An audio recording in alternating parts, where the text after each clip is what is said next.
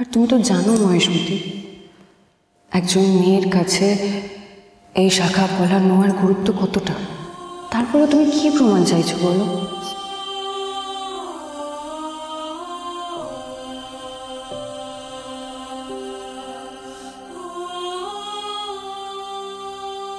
এই রে, কি জানি কি বলে ফেললাম। মহেশমতি আবার আমার কথায় কষ্ট পেল না তো? এই মেয়েগুলোর কি ভাগ্যে হরগৌরী মেসে থাকা নেই? নাটকটা চালিয়ে আমাদের ক্লাবের মেম্বার হবি নাকি? তাহলে কিন্তু আর পাড়ার মোড়ে দাঁড়িয়ে মেয়েদের সাথে ফুচকা খাওয়া যাবে না। গুরু, তুমিও আমাকে এসে ভুল বুঝলে। মাসির মেয়েকে নিয়ে ফুচকা খেতে যাওয়াটা কি অপরাধ রকি ভাই? আচ্ছা, মেয়েটা পরীক্ষায় ফেল করেছিল বলে ওকে ওর মুখে একটু হাসি ফোটাতে আমি ওকে নিয়ে একটু বেরিয়েছিলাম। এটা কি অপরাধ? আর এটা যদি আমার অপরাধ হয়ে থাকে তাহলে আমি ক্লাবের মেম্বার হওয়ার যোগ্য নই। আমি এখনই চললাম। আমাকে আটকাও রকি ভাই, প্লিজ রকি ভাই, আমাকে আটকাও। আমার যে যাওয়ার কোনো জায়গা নেই। রকি ভাই, আমাকে আটকাও।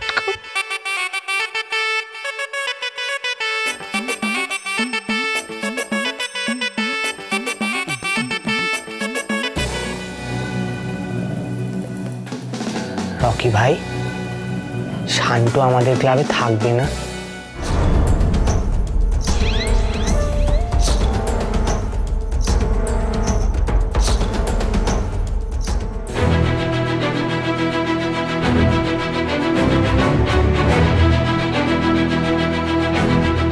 শোনো মেয়েরা, আমার দিদিভাই যখন বলেছে তখন থাকো তোমরা আজ থেকে এখানে থাকো।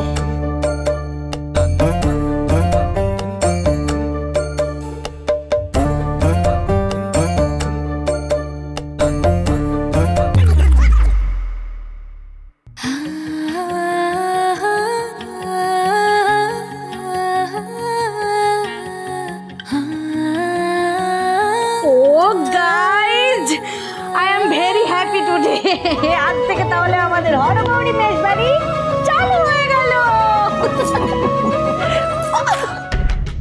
চন্ডু দাঁড়া। থ্যাংক ইউ রকি ভাই, থ্যাংক ইউ। না না রকি ভাই, না, আমাকে আর আটকেও না।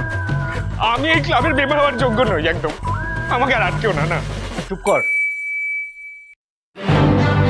বাড়ির লোক বলে আজ তোকে ছেড়ে দিলাম, এরপর থেকে যেন সেটাও না হয়।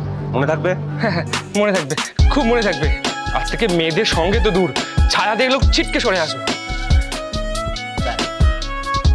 তাহলে কাল থেকে আমাদের ক্লাব শুরু।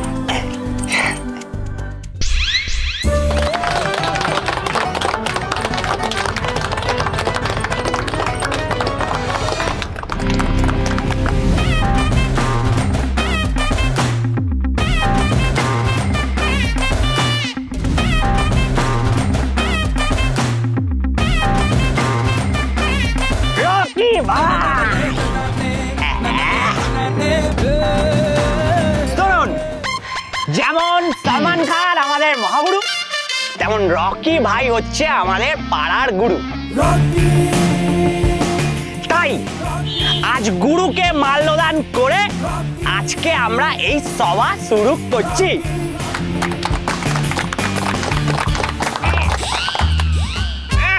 বাংলার বিদ্যের জাহাজ এসছে বলে নাকি আবার সভা শুরু করছি। সবাইকে অসংখ্য ধন্যবাদ আমাদের এই ক্লাবের পথ চলার কাজে উৎসাহ দেওয়ার জন্য। আজ থেকে আমাদের এই চিরকুমার ক্লাবের পথ চলা শুরু।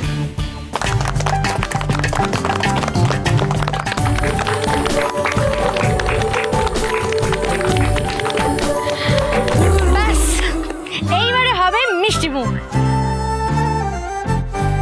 মিষ্টিমুখ করো, শুভ দিন। আজকে এইটুকু খেলে হবে নাকি? পুরোটা খেতে হবে একদম। এই নাও।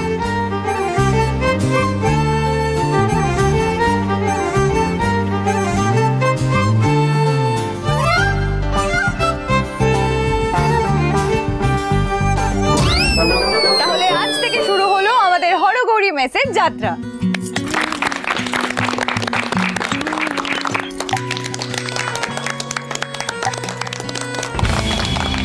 আরে থামুন মশাই, থামুন থামুন থামুন, আরে চুপ করুন চুপ করুন। দেখতেই পাচ্ছেন রকি ভাই আমার একটা মহান কাজ করছে, এখন সেই কাজ সম্পর্কে কিছু বলার জন্য আমি রকি ভাইকে অনুরোধ করছি। রকি ভাই নাও। এখানে আমরা যারা আছি তারা সবাই পুরুষ। হ্যাঁ, এতদিন তো তাই জেনে এসছি। আরে মশাই চুপ করুন না, যেটা বলছি আগে পুরোটা শুনুন। যা বলছিলাম, আমরা সবাই এখানে পুরুষ, তাই আপনারা নিশ্চয়ই বুঝবেন যে পুরুষদের জীবনে কত সমস্যা।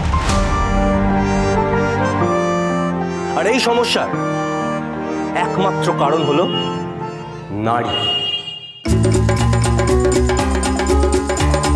তাই নারীদের হাত থেকে সমস্ত পুরুষ জাতিকে বাঁচাতে, পুরুষদের উদ্ধার করতে এই ক্লাব খোলা হয়েছে। নারীরা যাতে পুরুষের অবলম্বন ছাড়াও নিজের ক্ষমতায় বাঁচতে পারে, নিজেরা নিজেদের কাজ করতে পারে, নিজেরা নিজেদের পায়ে দাঁড়াতে পারে,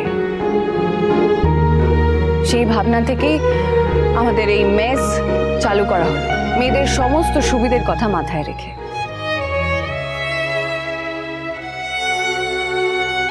পুরুষদের হাতের পুতুল হয়ে না থেকে মেয়েদেরকেও নিজেদের জীবনে উন্নতি করতে হবে, স্বাবলম্বী হতে হবে।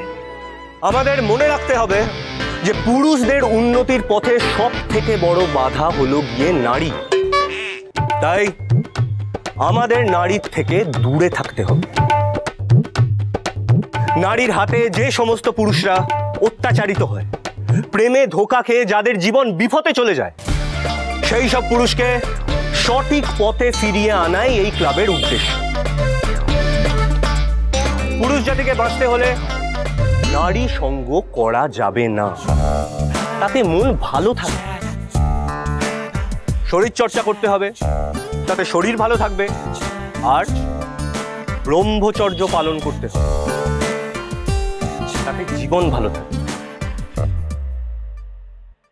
আজ এই তিনজনকে নিয়ে আমাদের ক্লাবের পথ চলা শুরু হলো।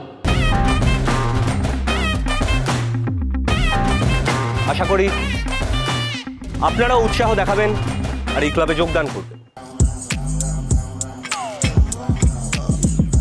আপাতত এই তিনজন মেয়েদের দিয়ে শুরু হলো আমাদের হরগৌরী মেসের যাত্রা। আশা করছি ভবিষ্যতে আমরা আরো মেয়েদের যারা এভাবে নিজের জীবনে দাঁড়ানোর জন্য লড়াই করতে চায়, তাদেরকেও আমরা এভাবেই সাহায্য করতে পারবো।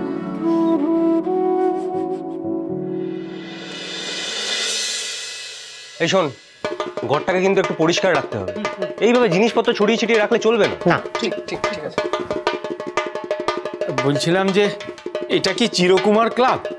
হ্যাঁ বলুন। না মানে আমি এই ক্লাবে যোগদান করতে চাই। Most welcome. কিন্তু এখানে থাকার কিছু নিয়ম আছে, সেটা জানা আছে তো? হ্যাঁ, আমি সব জেনেই এসেছি। মানে আমার জীবনে কোনোদিন বিয়ে হয়নি, আমার কোনো মহিলার সাথেও যোগাযোগ নেই, আর আমি কথা দিচ্ছি আমি জীবনে কোনোদিন বিয়ে থাও করবো না। পারফেক্ট পারফেক্ট, এই তো আসল যোগ্য লোক আমাদের ক্লাবে যোগদান করা। ব্যাস, তাহলে আর কি, ব্যাগটা রেখে হাতে হাতে লেগে পড়ুন। আচ্ছা আচ্ছা।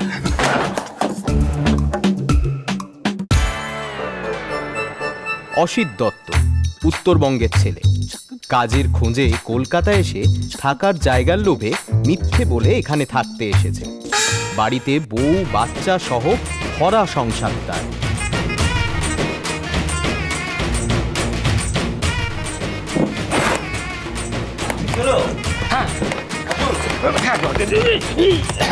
আসুন, সবার সাথে আপনার পরিচয় করি। এবারে আমরা একটা লাইভ করি। হ্যাঁ,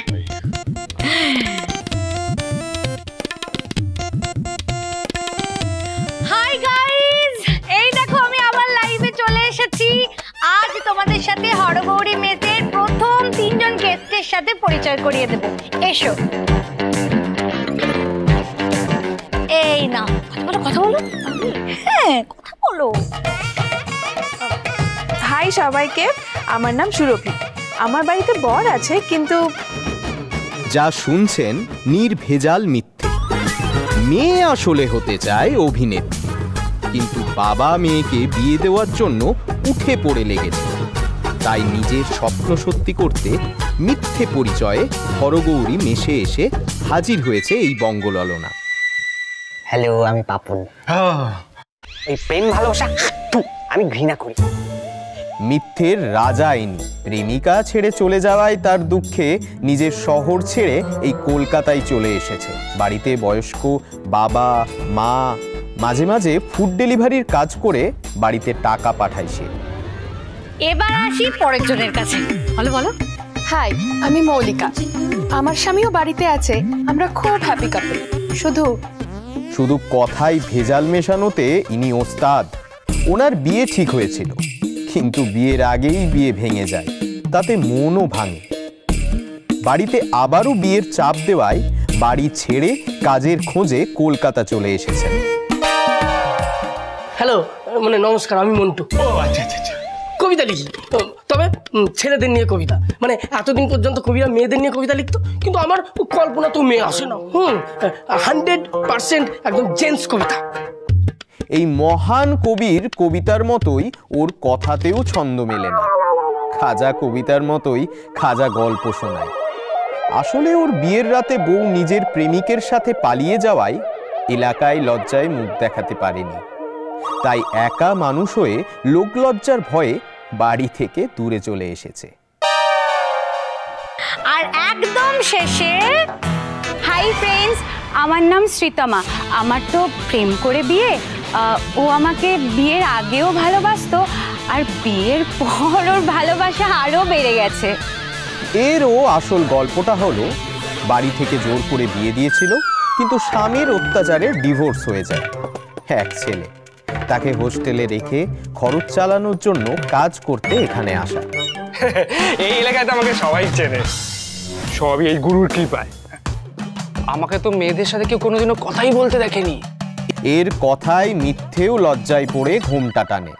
27 বছরে 27টা প্রেম ব্যর্থ হয়েছে। এরপর মেয়েদের থেকে দূরে থাকা ছাড়া আর কোনো উপায় কি থাকে কারোর কাছে? ওরও নেই।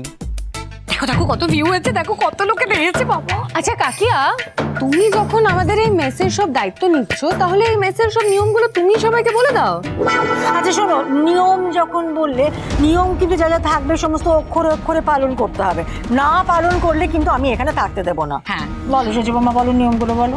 হ্যাঁ, এই কি গো, নিয়মগুলো লিখতে বলেছিলাম, লিখেছো? হ্যাঁ লিখেছি তো। আমার ঘরে কটা মাথা আছে, তোমার আমি আজ্ঞা পালন করবো না? এই নাও, তুমি পড়ে শোনাও।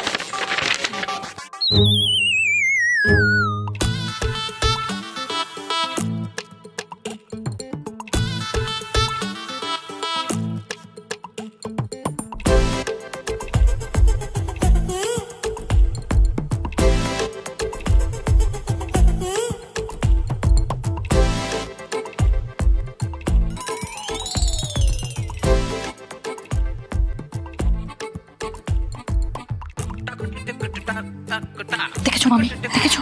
ও জানে কিন্তু আমি এত দূর লেখাপড়া জানি না, আমি এত কঠিন কঠিন কথা বলতে পারবো না। তারপর আচ্ছা তুমি বলো, আমি যে অর্ধশিক্ষিত, সেটা যদি এই শিক্ষিত মেয়েগুলো জেনে যায়, আমাকে ওয়ার্ডেন হিসেবে মানবে? ও মামি, এই আসবি না মামি, দেখে দেখে তুমি একটু পড়ে দাও না। আপনি দেখে বলুন না কি কি নিয়ম আছে, আমরা সে সমস্ত মেনেই এখানে থাকবো। হ্যাঁ, আসলে আসলে আমি বাংলাটা আমার ঠিক আসে না। আসলে আমি ওই ইংরেজির মধ্যেই থাকি, মানে পড়তেই পারি না বাংলা। আমি ইংরেজি খুব ভালো গড়গড় করে পড়ে দিই। All right, fine. ঠিক আছে, আপনি ইংরেজিতেই মুখে বলুন, আমরা ইংরেজি বুঝি। ইংরেজিতে বলবো? ইংরেজিতে তো আমি আবার পড়তে পারি না। ইংরেজিটা পড়তে পারি, বলতে পারি না। ইংরেজিটা বলতে পারি না। ভাষার একটা ব্যাপার আছে না, বাংলাটা মানে ঠিক। কাকিয়া, হ্যাঁ কাকিয়া, আমি পড়ে দিচ্ছি, তুমি আমাকে দাও। যা তো দেখি, যাহা বলিব সত্য বলিব।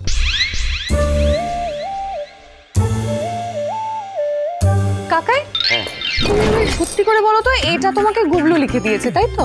হ্যাঁ, না না, মানে আসলে বাবা বলছিল যে বাবার হ্যান্ড রাইটিংটা না খুব একটা ভালো নয়, তাই আর কি আমাকেই লিখতে হলো।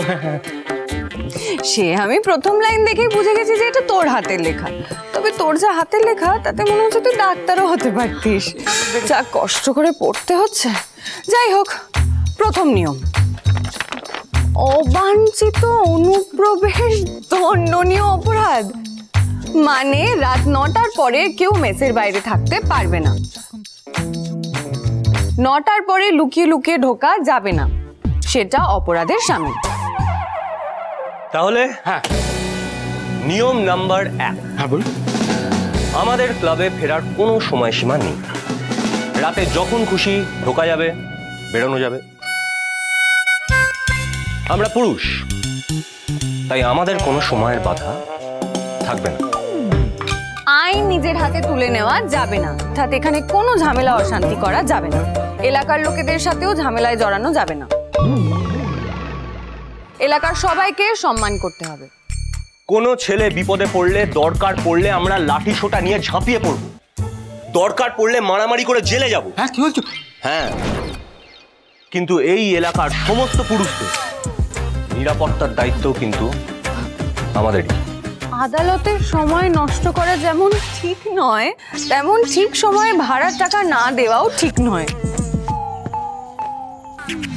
সবাই সময় মতো টাকা পয়সা দিয়ে দেবে, তবে কারোর কোনো অসুবিধে থাকলে সেটা বিচারাধীন বিষয়। মহামান্য ওয়ার্ডেন সেটা বিবেচনা করে দেখবেন। ক্লাব চালানোর জন্য কিন্তু টাকা লাগবে, তাই এখন যার কাছে যা আছে সব বের করে ফেলো। পরে যার যখন যেরকম সুবিধা হবে সেরকম টাকা দেবে ক্লাবে।